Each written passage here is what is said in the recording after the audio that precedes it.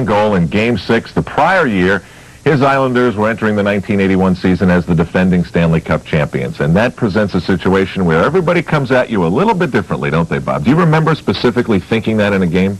Well, I did, and I remember, you know, you would think that there were some easy games during the course of the season, and, you know, the year before we had plenty of easy games. Mm-hmm. You know, there was upstart teams and teams that really weren't challenging and that weren't that great. But all of a sudden there was the New York Islanders, the Stanley Cup champions, coming into town, and everyone was ready for us. I mean, everyone just came out to play. They played There was hard. A noticeable difference? I think that there was, yes, definitely. And it kind of had to keep us on our toes. You know, Al, I think, let us go a little bit during certain parts of the season. He always gave us a little bit of rope. But then all of a sudden, come just before playoff time, he'd start tightening it up a little bit and pulling back on the reins and getting us focused into what we had to do to really win. Can you describe the difference in training camp as the season began when you were defending the Cup as opposed to the prior year when you hadn't won the Cup yet? Yeah, it was probably tougher. It was, right, to get focused again? Well, not even that. It's just that Al was probably the most unpredictable guy I've ever met. You know, we'd go out, we'd win a game 7-2, and he'd come into the locker room and he'd kick garbage cans all over the place. I mean, you just never knew what to think. And it was interesting because I remember the training camp as I thought it would be a little bit easier, and I thought Al would kind of let us go a little bit. And he was all that much tougher, expecting us to probably come in as fat cats a little bit. For the first time in their young history, everyone was gunning for the New York Islanders as they began their defense of the Stanley Cup. The year, of course, was 1981 in the National Hockey League.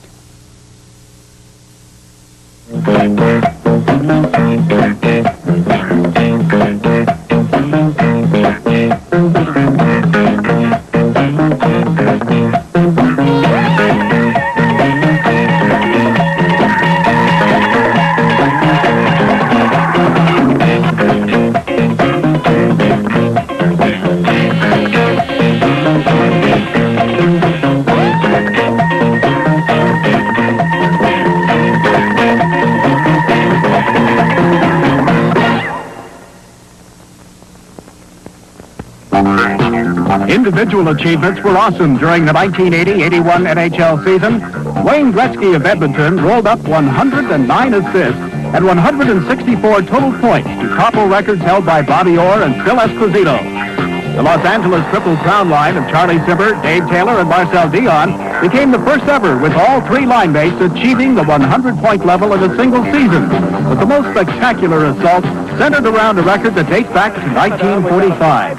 It was 36 years ago that Maurice Richard registered 50 goals in 50 games.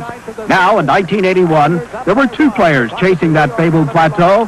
Charlie Simber of the Kings fell one shy with 49. Mike Bossy of the Islanders had 49 with less than 2 minutes remaining in his 50th game. Graham is in goal. Circle back around it. Jacques Richard. He dumps it to the line. Here's Trautwig with it. Trautwig is checked by Rochefort.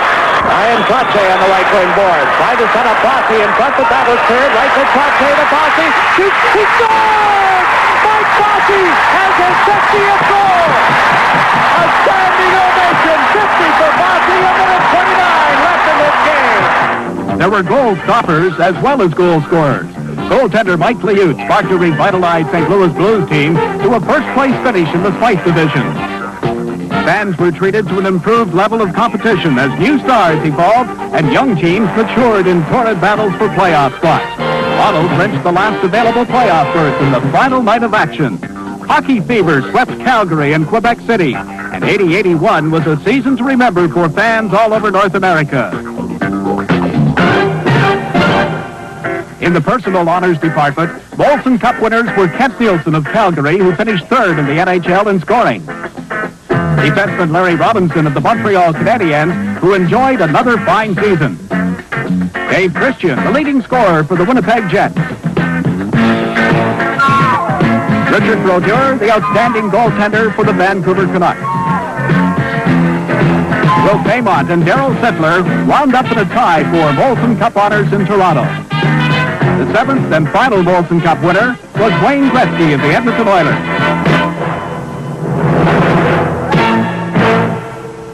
There can be no question of Wayne who, after Gretzky and the Oilers shocked the Montreal Canadiens right out of the playoffs with a 3-game sweep in the opening round. Gretzky and company advance to challenge the New York Islanders and give the defending Stanley Cup champions all they can handle in a thrilling quarterfinal series.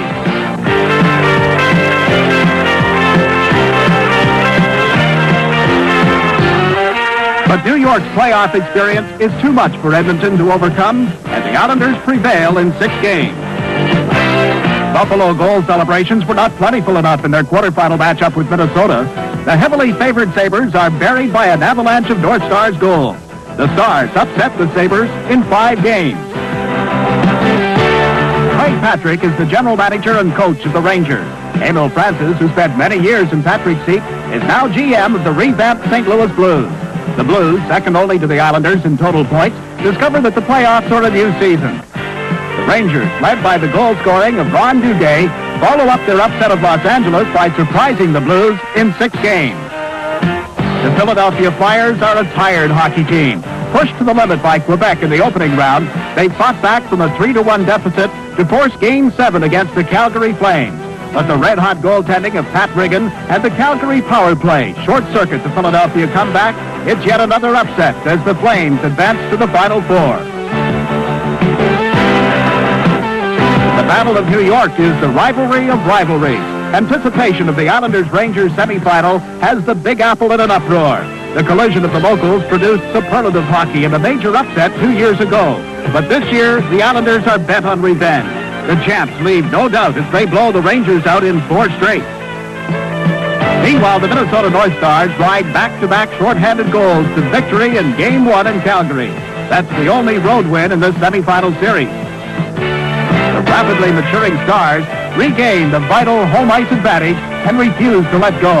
High-scoring rookies Dino Ciccarelli and Steve Payne lead the speedy North Stars to a berth in the Stanley Cup Final. An accomplishment that surely surprised the hockey world.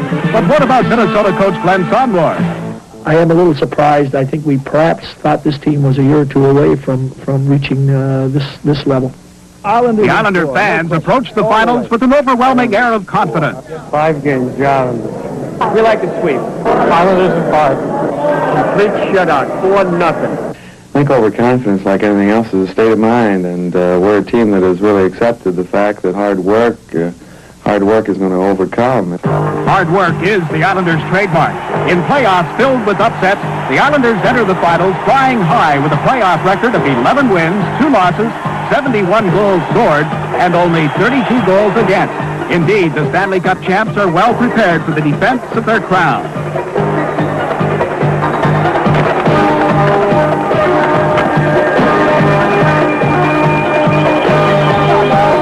Doesn't take long for the Islanders to get going.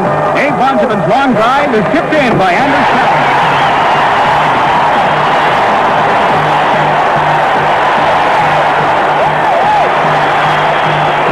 With the first goal of the series now a part of history, the hitting game picked up for both teams.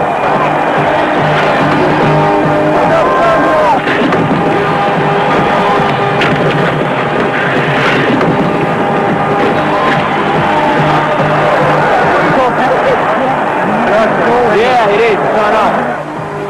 Referee Andy Van Helleman penalizes Bob Bourne for spearing. A 5-minute major and a golden opportunity for the North Stars' potent power play to turn the game around dramatically. Minnesota plots strategy, while the Islanders call upon Butch Goring, penalty killer extraordinaire.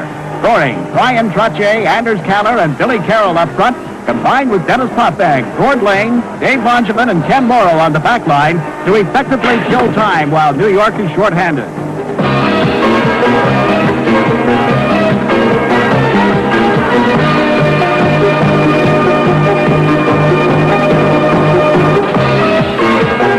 Billy Carroll steals the puck at the red line and creates an offensive thrust for the Islanders.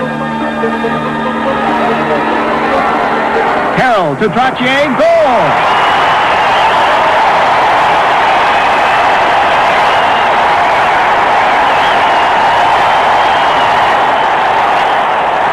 Coach Al Arbor warns there's still time on Bourne's penalty. Don't let up. And the shorthanded unit of the well-drilled Islanders remains in control. Butch Goring describes their penalty-killing philosophy. Really just a lot of timing and trying to harass that timing. Our main concern is to kill off the penalty first, and anything that happens after that, we'll try to take advantage of it. Certainly if we can get the opposing team to make a mistake, then, we try to capitalize on it. But we don't gamble. Like I said, our main goal is to stop them. Although they're geared to prevent goals, those skills lead to goal scoring. The Islanders have already set a new Stanley Cup record with 8 shorthanded goals in these 1981 playoffs. And now, Brian Trautwig combines with Anders Kaller for number 9.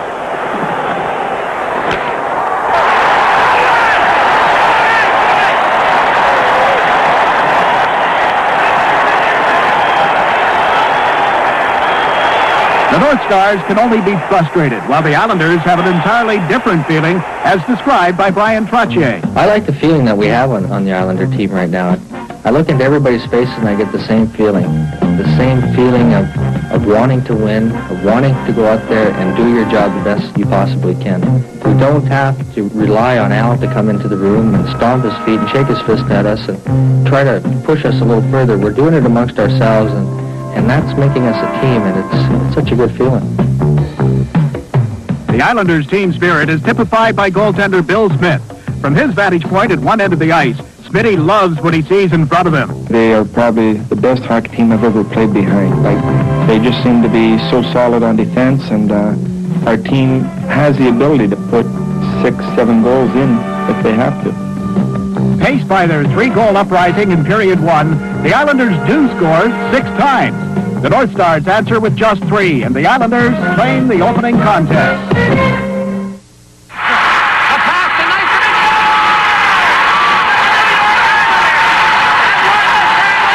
This is ESPN Classic. This is what a sentence can look like to a child struggling to read. I can't read. Now there's a solution. The new Hooked on Phonics, a simple 3-step reading system where children see it, say it, then read it. It's so effective, 9 out of 10 parents say it works. To order Hooked on Phonics or for more information, call 1-800-ABCDEFG. We promise you and your child's teacher will see dramatic improvement in just 4 weeks or your money back. Call 1-800-ABCDEFG. The Mantis Tiller Cultivator is changing the way Americans garden. The Mantis weighs just 20 pounds, so it's easy to carry and operate. Yet the unique patented tines and powerful 2-cycle engine lets you cut through hard soils and dig down to 10 inches deep. Mantis is so easy to handle that weeding and cultivating, even in tight places, is a snap. And with the optional Mantis attachments, you can dig furrows, trim hedges, aerate and dethatch your lawn, cut professional-looking borders, and remove weeds from cracks. Mantis' superior performance and rugged dependability is backed by a 2-year warranty and a lifetime warranty on the tines against breakage. So you get years of trouble-free service. The Mantis Tiller is on sale, so call now for your free no-obligation information pack with details on our 1-year money-back guarantee.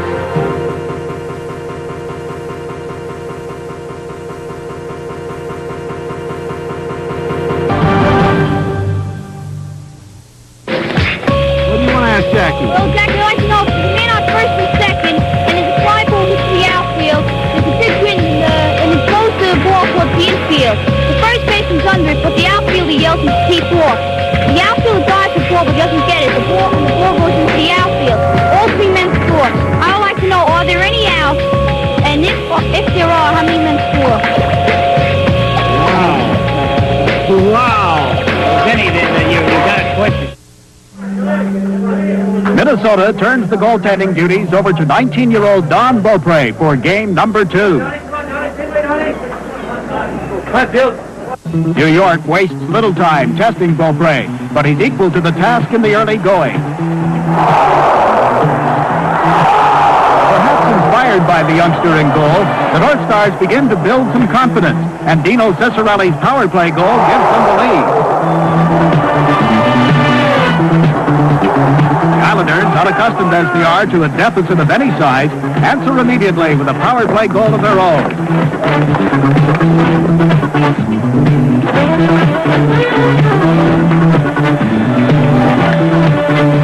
Trigger man Mike Bossy is open. Mike McEwen finds him, and the game is tied.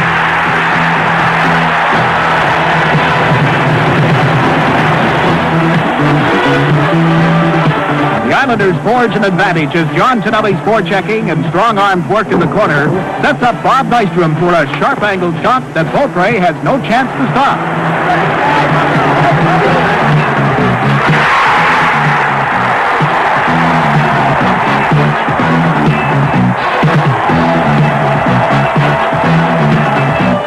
Potvin adds another goal, and it's 3-1 before Beaupre settles back down and begins stonewalling the Islanders in the second period.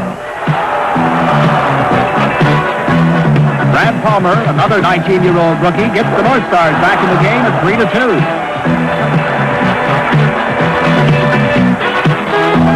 Neil Broughton is off on a solo dash down ice as the second period clock ticks away. Broughton's shot beats Bill Fritz, but not the clock, as time expires just before the goal is scored.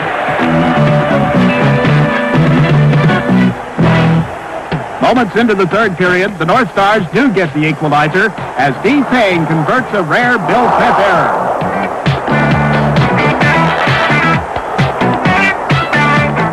Out from behind, the Islanders return to their work ethic, putting constant pressure on Beaupre and the North Stars during a power play. Clark Gillies distracts the defense in front, while Dennis Potvin's shot reclaims the lead.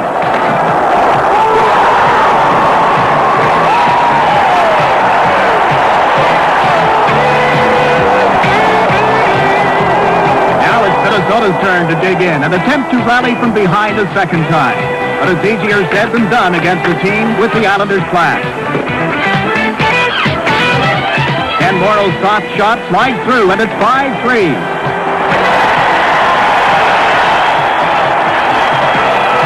The North Stars get a final chance to retaliate as Dennis Potvin's penalty puts the Islanders 2 men down for 1 minute and 27 seconds.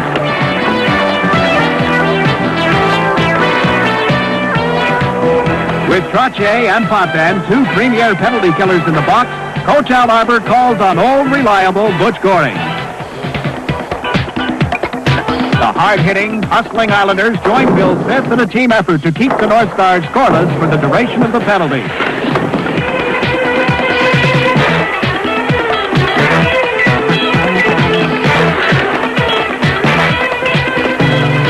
When the power play expires, Brian Trautwig and Mike Bossy team up to put the icing on the cake.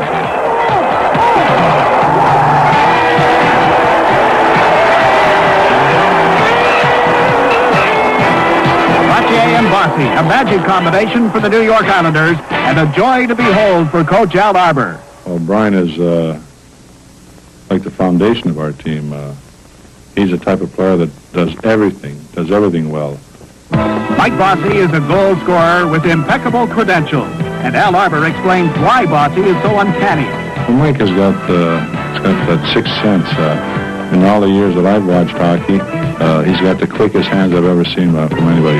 It seems like he shoots the puck before it even touches his stick. Brian Trautwig couldn't agree more and enjoys his working relationship with Bossy. Mike has a great desire to shoot the puck and want to shoot the puck, and that gives me the incentive to give him the puck. It's easy to get up for a game because you know that Mike every game wants to score goals. That makes me want to play better. And the two of us kind of push each other, and it's fun.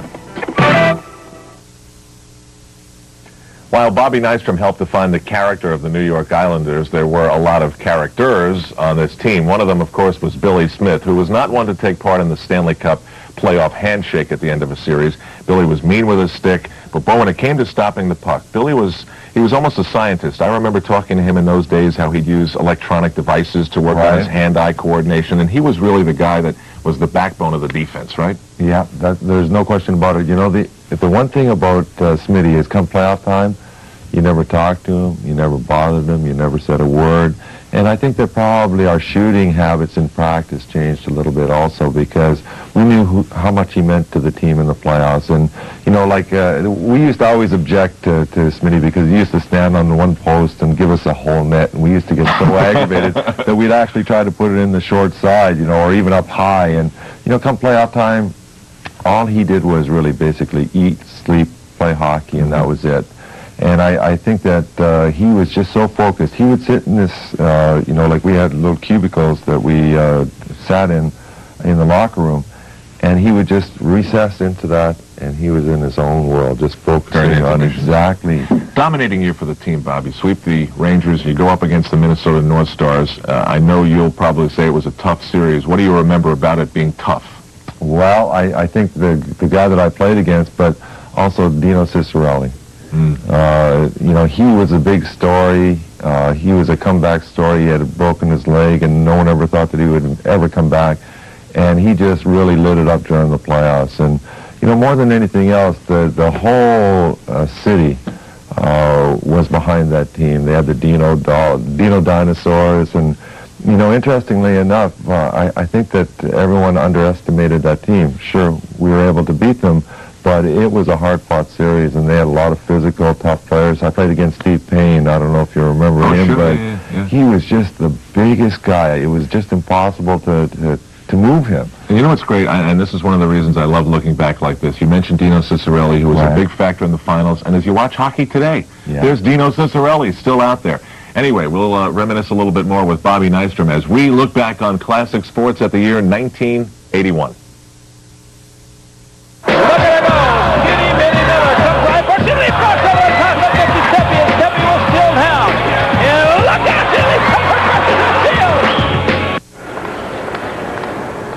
Hi, everybody. I'm Dan Deerdorf. Where would you go for a home equity loan? Let's ask. Well, banks have the best rates. But banks only lend money when you don't need it. Advanta National Bank is different. They lend money to people when they need it. Right. With my credit? They made their first loans 45 years ago to teachers who had trouble borrowing. They helped out when others wouldn't. This is a bank, right? With customers who get the flexibility only a national bank can offer, right over the phone. Got to move all your accounts there. Nope, just call Advanta. One of their loan specialists will show you how to use the equity in your home to pay off all of your bills. Get one low monthly payment and save hundreds of dollars a month, plus a tax deduction. You'll wait for some board to approve. You'll get fast approval over the phone. And your money in about 10 days. You don't need to have money in the bank to get money from a bank. To get the loan you want, call Advanta at 1-800-225-9822. You'll see they're different. Hey, they don't keep banker's hours either. Old school like Cassius Clay. 6 or 7. You're there at 7. I had him going in 8. I was getting ready to take him in the 8th as you can see. But the man stopped it just to keep him making me look so great. I say, now give us that poetry on number 7. He wanted to go to heaven, so I took him in 7. You took him in 7. Oh, I'm the king of the world. Hold it. I'm pretty. Hold it. You're not that pretty. I'm a bad man. I took up the world. I took up the world. I took up the world. Are you old school?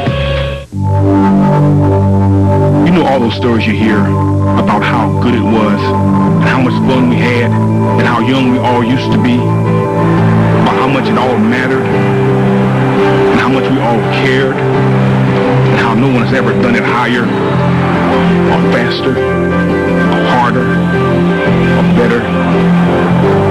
All those stories you hear, they're all true.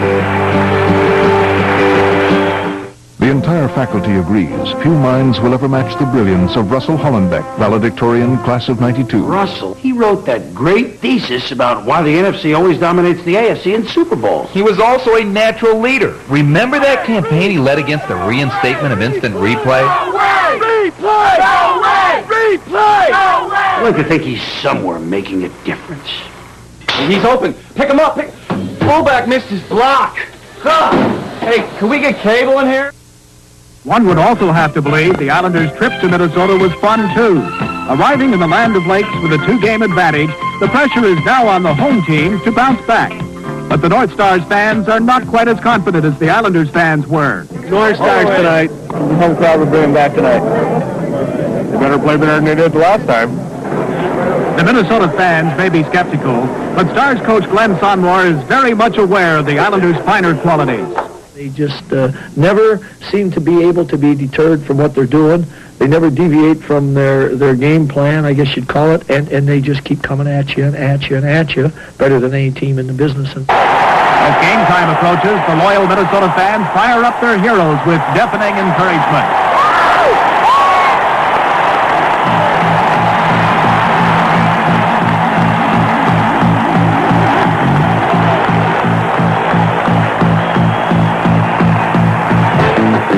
Melange holds off the Islanders' attack, while his teammates more than hold their own in the opening minutes.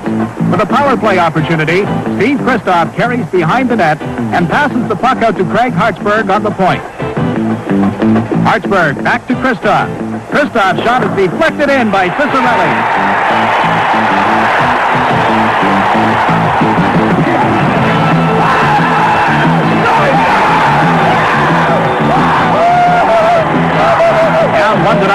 Islanders start to use their bodies, but the North Stars will not be intimidated.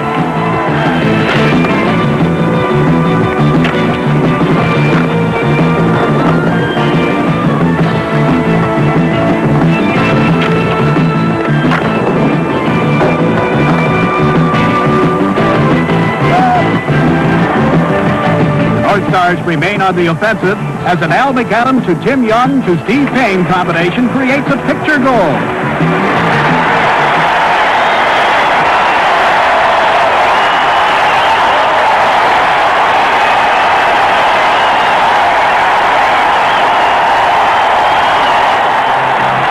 The Gillies-Trotwig-Bossy line back check.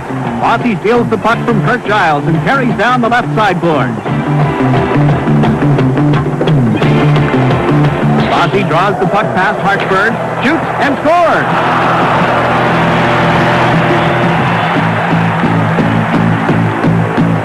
Bossy's 16th playoff goal puts him back ahead of Steve Payne and cuts the Minnesota lead in half. But the North Stars are not the least bit discouraged.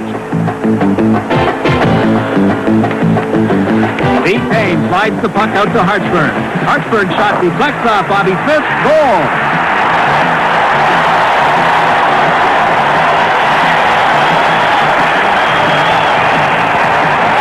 After a Bob Nystrom goal narrows the margin to 3-2, the curtain goes up on the Butch Goring Show.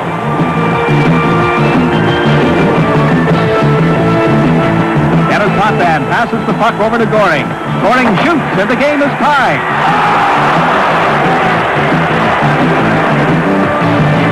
Now Goring carries into the Minnesota zone on a one-man rush. North Stars break up the play, but Clark Gillies steals, and Goring bats in a rebound to give the Islanders a 4-3 lead. A key goal on a broken play, and Butch Goring describes the action. We were still killing the penalty at that particular time, and they tried to rink wide pass and, hit the linesman, and, that happens at time, and we just took the puck down the ice. I made a play out in front of Billy Carroll, but Minnesota had come back and covered up, and then I think it was Tim Young tried to stick hand past Clark Gillies, and Gillies checked him and got a shot on net, and of course the puck went high in the air, and I batted out of midair, and it's kind of a strange circumstances, surrounding the whole goal, that's for sure. The Isles lead 4-3 at the end of two periods, but the Net Center fans refuse to surrender. Come on, Stars! Go, Stars! Come on, Stars! With just over 1 minute gone in the third period, the North Stars respond as Kristoff and Young set up Steve Payne.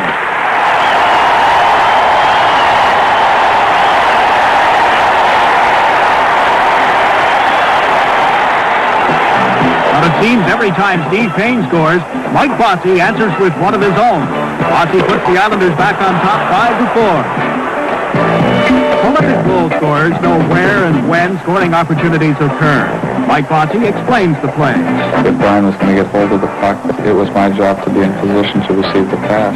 But once I did get the pass, I looked up and Milosh was hugging the post, and it was fairly an easy shot to take because I had a lot of the net to shoot at. It's just unbelievable how quick you let that thing go.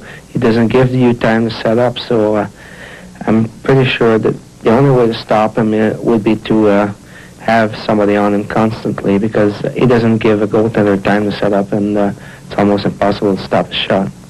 After the teams trade late goals, Glenn Sonmore pulls Milosh to go for the equalizer. Timmy, on the point, Archie on the point. Timmy's on the point. Run. Go for the puck. But it's the Islanders who come up with the puck, and a 2-on-1 break with the empty net dead ahead. Bossy and Trautwig polish off a 7-5 win that devastates the North Stars and their fans.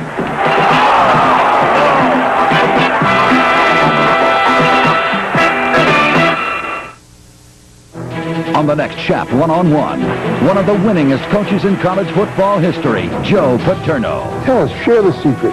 How do you win within the rules? We have a built-in discipline. We have a built-in commitment to the program. Joe Pa looks back at over 30 years with the Penn State Nittany Lions. This career, which goes on and on, could you have imagined this at all when you were playing college football? I think I never wanted to be a coach.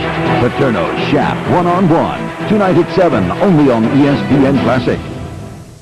The battle for world hockey dominance continues as North America takes on the world in the 1999 NHL All-Star Game. Gretzky and Messier! He scored! Make sure your favorite player gets there. Pick up your Wendy's NHL All-Star Vote 99 official ballot at the arena or vote online at yahoo.com. For All-Star updates, visit NHL.com. You could win a 1999 Dodge Durango or Intrepid and other great prizes. Vote now, vote often, so your favorite player's on the ice in Tampa. Keeper's teacher in school suggested the Hooked on Phonics program for him. Hooked on Phonics really took him to the next step of wanting to be able to read and making it so he could do it. His teacher noticed right away a real difference in his reading. The program made it so he had a good time learning to read. To the shed. No dogs. Hooked on Phonics really did work for us. Call now. See dramatic improvement in just 4 weeks or your money back. Call 1-800-ABCDEFG.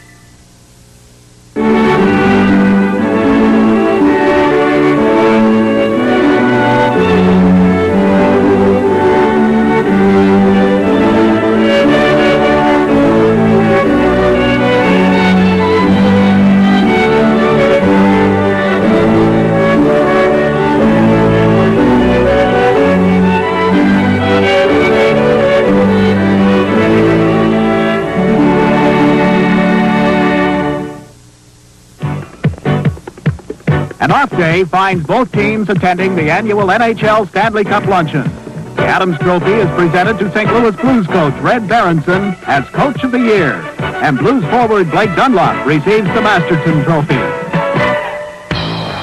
Back to work, and the devoted Met Center fans stimulate the North Stars, as does the return of hard-hitting captain Paul Schmier.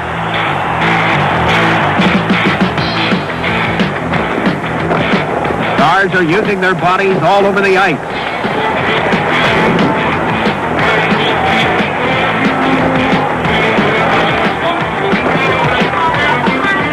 Everyone gets in on the hitting. The Islanders are the first to hit net as Gord Lane scores. North Stars fans are concerned. The Islanders are on the verge of a sweep, and Bill Smith is at the top of his game. But the courageous young Stars, led by Neil Broughton, Steve Kristoff, Al McAdams, Steve Payne, and Craig Hartsburg, apply incredible pressure. The puck appears to be sealed in the New York end of the ice.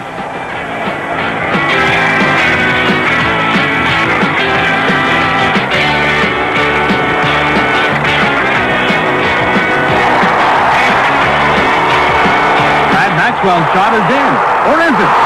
Referee Andrew Van Helleman signals for a penalty, but no goal, and play continues.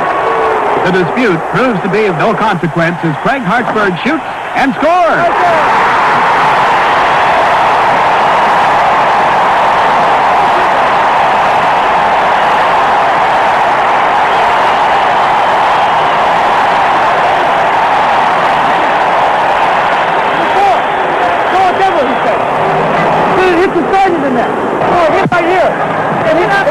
You were calling though.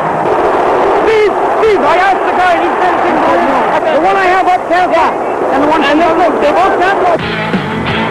John Beaupre makes a big save on top band's blast, and the defense clears the rebound.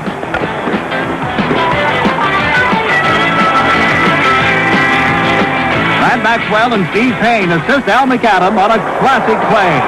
Goal!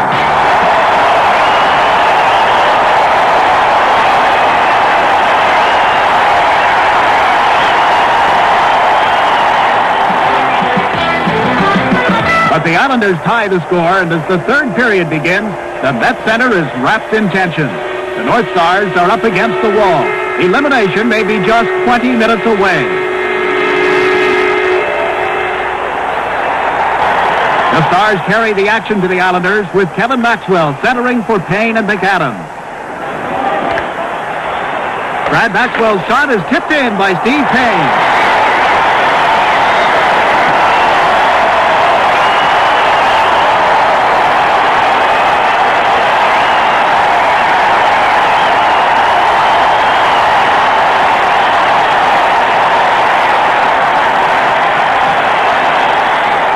The replay shows Steve Payne bumps defenseman Bob Lorimer to the ice and then gets the tip-in tally to put the North Stars on top with less than 8 minutes remaining in the third period.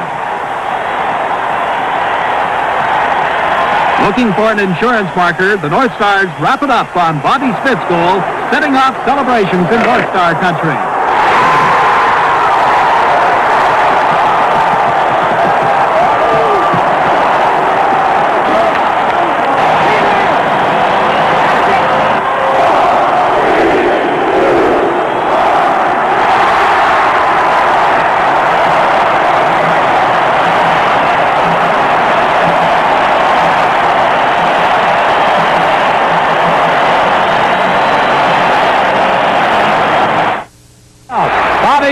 Behind the net to Sanderson. Bobby Orr scores in the box. This is ESPN Classic. Swing music is back. And everybody's dancing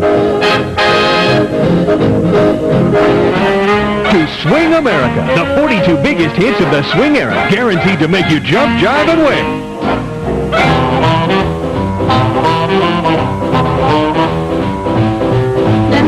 He jumps when he plays reveille. He's the boogie-woogie bugle boy of Company B. You'll get the great big bands, the legendary singers, and those fabulous songs. I ain't got nobody. This is the definitive collection. Everybody swings. Louis Armstrong, Woody Herman, Cab Calloway, Tony Bennett. It don't mean a thing if you ain't got Swing America. To order, call the number on your screen or send check or money order. 2 CDs, $26.99. 2 cassettes, $21.99. Rush delivery available. Check out the ESPN Classic website at www.classicsports.com for listings, stories, and the chance to tell us what you want to see on ESPN Classic. Back on Long Island for Game 5, Islanders fans remain confident and are prepared for a coronation. It's all over tonight.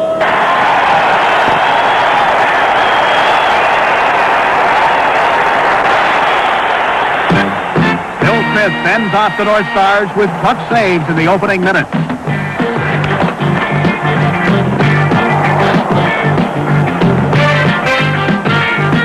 As Bob Bourne forechecks, Greg Smith's attempted clearing pass takes an Islander bout. Good scoring, shoots, and scores!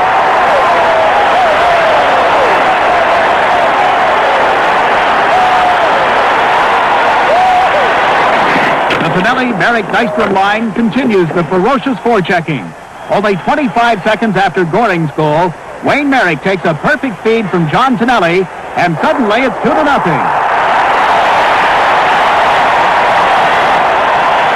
Butch Goring and Clark Gillies join forces for yet a third New York goal at the 10-minute mark of the initial period. The Islanders will not be deterred from their second consecutive Stanley Cup.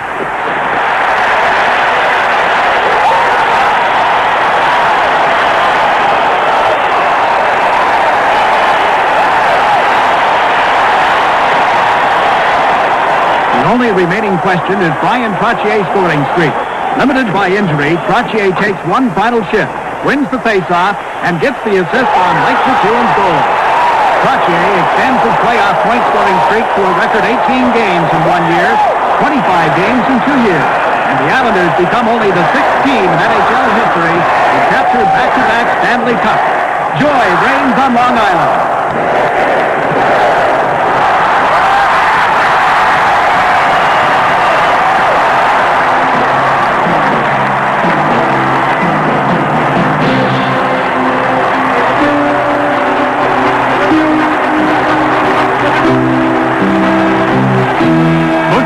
Wins the Conn Smythe Trophy as the most valuable player of the Stanley Cup playoffs. NHL President John Ziegler presents the coveted Stanley Cup to the victorious Islanders, and there can be no doubt about it. The New York Islanders have not only achieved 2 consecutive Stanley Cups, they have also earned the admiration and respect of the entire hockey world, with the beginning of what many feel may very well blossom into a full-fledged dynasty in the years to come.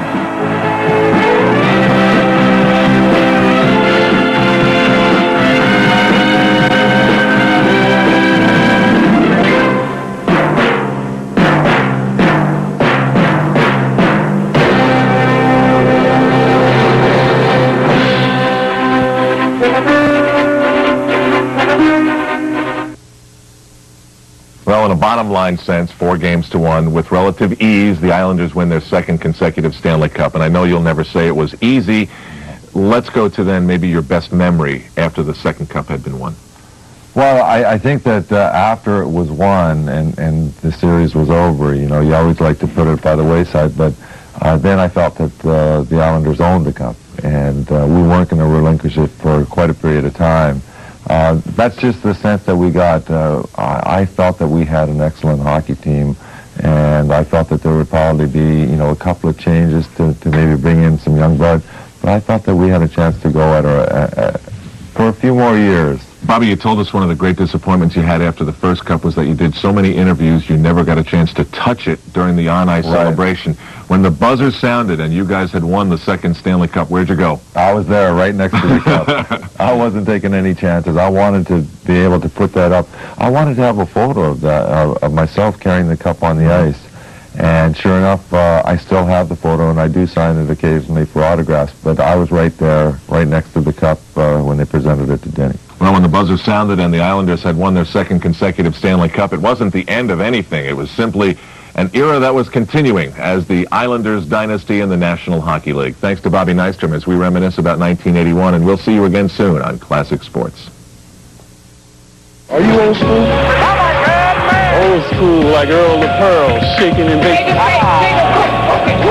Mark Fidrich, Bobby Orr. Joe Louis, old school. Old school is Paul Bear Bryant. Mini Escobedo. Like Pistol Pete. Illy Funkster socks. Black socks. Short shorts. Definitely old school. Old school like me. Julius Irvin. Dr. J. Running down like in the 70s with a big afro. Got it going on. I can play basketball with anybody. Now that's old school. Funerals are a very difficult thing for a family to go through. Besides the sorrow, loved ones are left with the decisions and the overwhelming details of arranging a funeral. And funerals can cost thousands of dollars. That's why the Mature Life Plan was formed. It relieves families of the worry, cost, and confusion over funeral details by providing cash for final expenses.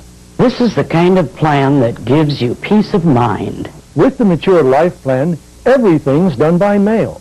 There's no medical exam, no health questions, and you can't be turned down for coverage. Your rates will never increase, your benefits will never decrease, and your plan cannot be canceled. Call, and we'll send you free information about the Mature Life Plan. You have absolutely no obligation. Find out how you can protect your loved ones. Call now. To receive free information, call 1-800-883-5995. Golfers, would you like to play better golf immediately? Is your goal to break 100, 80? How about shooting par? With 3 seconds to better golf, you can quickly learn this revolutionary swing technique. It's that simple. If you want more power, more accuracy, and more consistency, right away, there's only one place I know you can find it. Mike Wine's 3 seconds to better golf. Mike Wine has discovered the secret to keeping the club head squared through impact.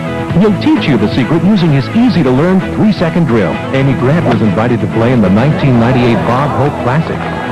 One of the first foursomes I was placed with, it was Arnold Palmer. And all I could think was, thank you, Mike, for some simple tips. So call the number on your screen and order now for only 2 easy payments of $19.95. Your game will improve immediately or your money back, guaranteed. If you call now, you'll also receive a $50 gift certificate to a 3 Seconds to Better Golf teaching clinic, absolutely free.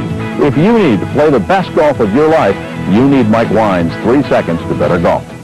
Think it's easy to imitate those classic